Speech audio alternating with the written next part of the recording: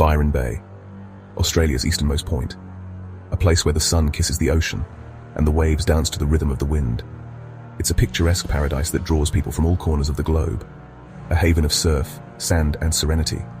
Here, the beaches are golden, the waters are crystal clear, and the vibe is undeniably laid back. It's a place where time seems to slow down and worries melt away with the tide. Tourists flock here seeking peace.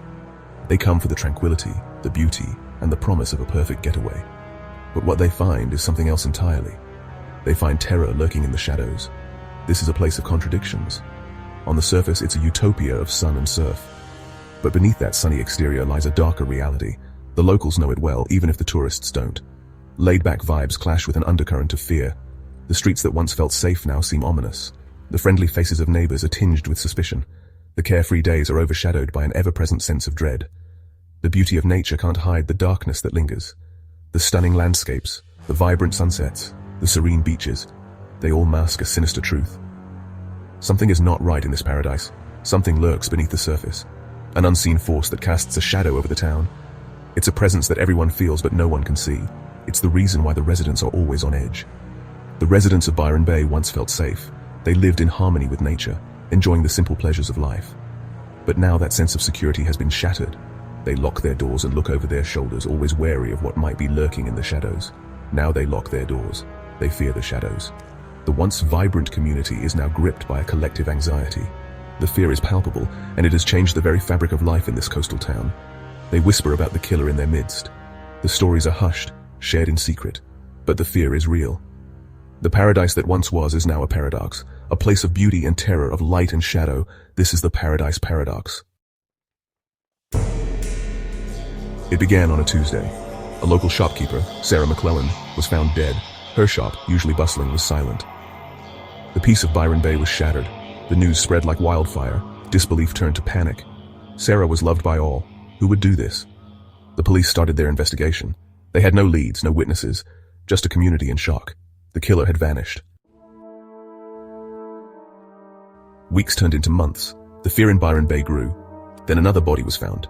A young surfer, Mark Taylor, vanished from the beach. His board was found adrift. The authorities were baffled.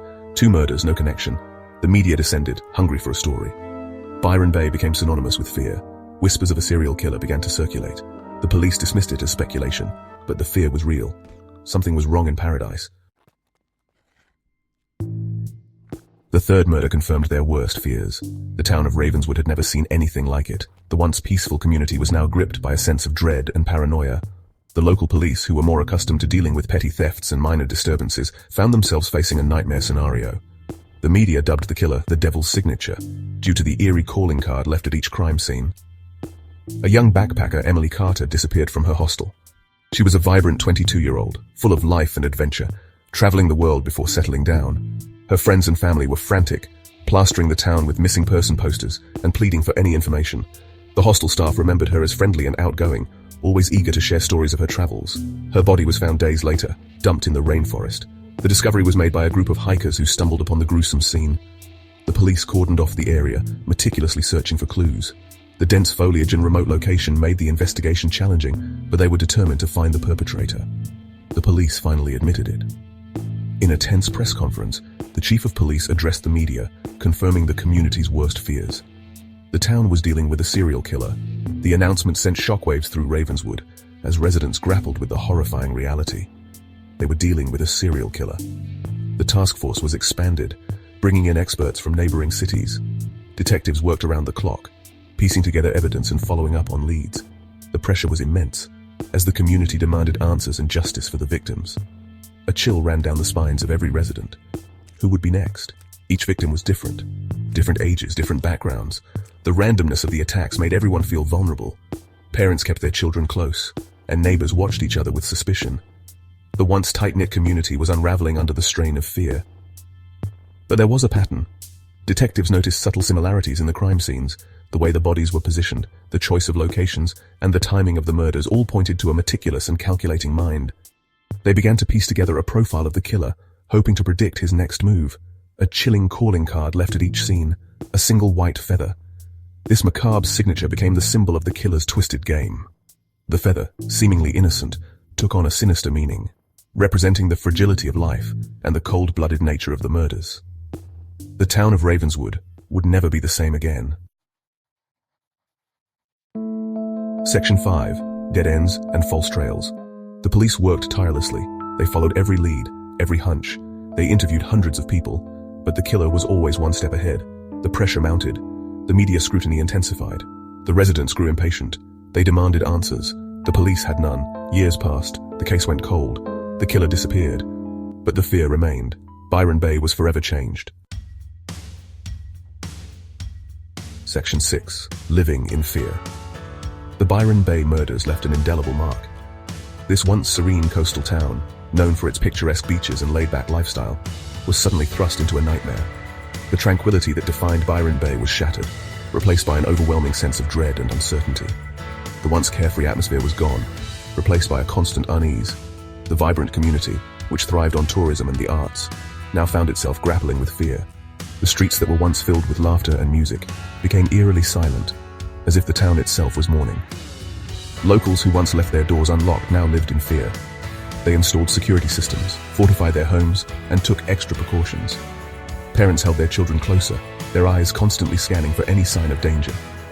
The sense of community was overshadowed by a pervasive mistrust. People avoided going out at night. The once bustling nightlife of Byron Bay came to a standstill. Restaurants and cafes that used to stay open late now closed their doors early. The fear of the unknown kept everyone on edge, and the darkness of the night seemed to amplify their anxieties. The paradise they knew was lost. The beaches, once filled with sunbathers and surfers, became deserted. The sound of waves crashing against the shore was now a haunting reminder of what had been taken from them. The beauty of Byron Bay was overshadowed by the darkness that had descended upon it. The murders became a part of Byron Bay's fabric. News outlets covered the story extensively, and it seemed like everyone had an opinion or a theory. Conversations in cafes and shops were dominated by the latest updates, and the town's collective psyche was consumed by the tragedy.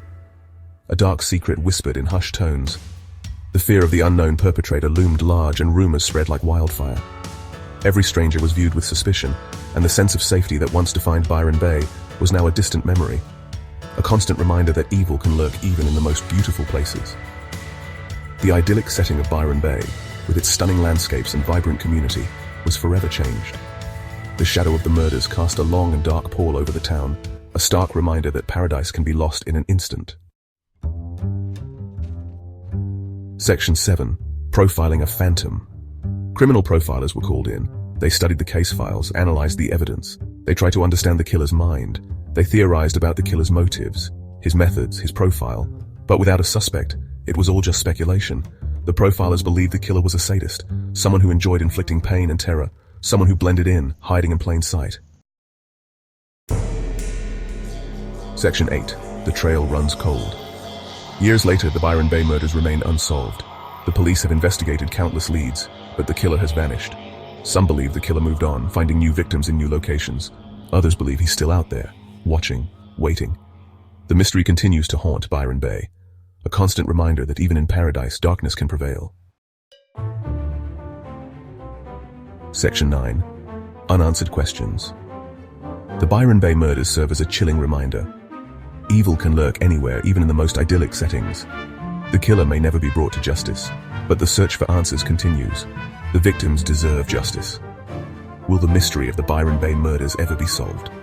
Only time will tell. But the fear, the uncertainty will linger forever.